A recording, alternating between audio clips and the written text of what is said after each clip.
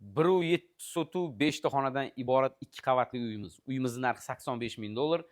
Pastda 2 ta xonasi bor, tepada 3 ta xonasi bor. Kuxnadan tashqari 2 ta sanuzel. Xo'p, uyimiz yaxshi joyda joylashgan, Sergeli territoriyasidan ozgina o'tilganda. Juda ham anu planirovkasi yoqdi. Yangi qurilgan, hali hech kim yashamagan uy. Kiraverishimizda mana bu yerda chap qo'limizda bitta xonamiz bo'lyapti, mehmonxona. Bu mana kuxnya. Kuxnyamiz va yana bitta xona.